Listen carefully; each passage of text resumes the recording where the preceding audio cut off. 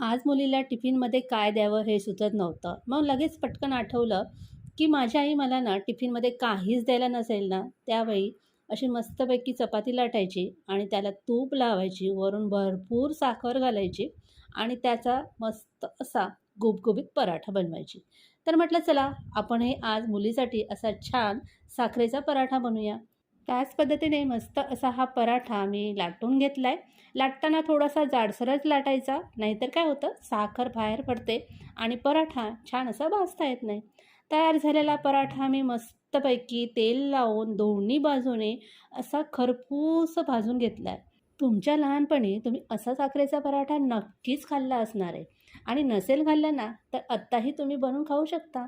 मग वेळ कशाला घालवताय? पटकन असा पराठा बनवा आणि गरमागरम खा. मी सुद्धा माझ्यासाठी असा एक्स्ट्रा एक पराठा बनवलाच आहे. पराठा खा आणि चॅनलला सबस्क्राईब करा.